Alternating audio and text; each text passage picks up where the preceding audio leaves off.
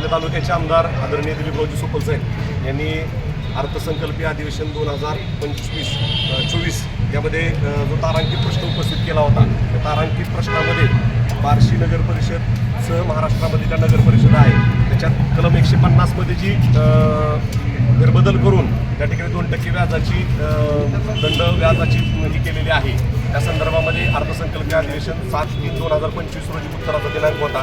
प्रश्न क्रमांक होता 2736 या अन्वये मागणी केली होती की बाबा महापालिकेप्रमाणे नगरपालिकांमध्ये सुद्धा 2% दंड व्याज प्राप्ती जी आहे आवास योजना लागू करावी. त्या संदर्भाने राज्य शासनाने निर्णय घेतला.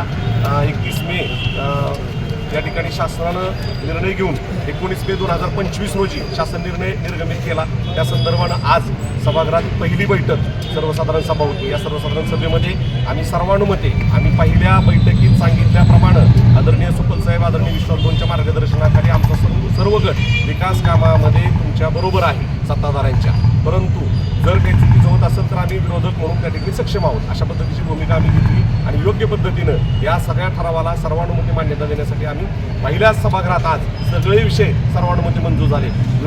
सत्ताधाऱ्यांनी देखील विरोधकांचा मान सन्मान राखला जाईल या पद्धतीनं शहराच्या विकासाची बांधिलकी घेऊन जर काम केलं तर बार्शी नगर परिषदेमध्ये विकासाचं काम चांगल्या पद्धतीने होईल आणि हा आशावाद मी व्यक्त करतो. या निमित्तानं राज्य शासनाचे मुख्यमंत्री आदरणीय आमदार देवेंद्रजी फडणवीस, उपमुख्यमंत्री आमदार एकनाथरावजी शिंदेसाहेब, दिवंगत उपमुख्यमंत्री अजितदादा पवार आणि आमदार दिलीपरावजी सोपल साहेब या सर्वांचं मी बार्शीकर करदात्या नागरिकांच्या वतीनं अभिनंदन करतो, आभार मानतो आणि काउन्सिलचं देखील आभार मानतो की आता आमचा 100% दंड व्याज माफीचा आग्रह आहे आणि त्या संदर्भाने मी सभागृहात मागणी केली आहे. बार्शी नगर परिषदेच्या वतीनं जिल्हाधिकाऱ्यांमार्फत DMA आणि DMA मार्फत मंत्रालयात हा प्रस्ताव जाईल आणि 100% या तारखेपूर्वीची GR पब्लिश होण्याच्या तारखेपूर्वीचे दंड आणि व्याज लागले त्याच्यामध्ये 100% माफी देण्याच्या संदर्भामध्ये निर्णय आपला निकाल या ठिकाणी आपल्या पदरात पडेल. बार्शीकरांची खूप दिवसापासूनची मागणी होती, कारण महिन्याला 2% आणि वार्षिक जवळजवळ 24% हे अत्यंत तुगलकी असं व्याज होतं.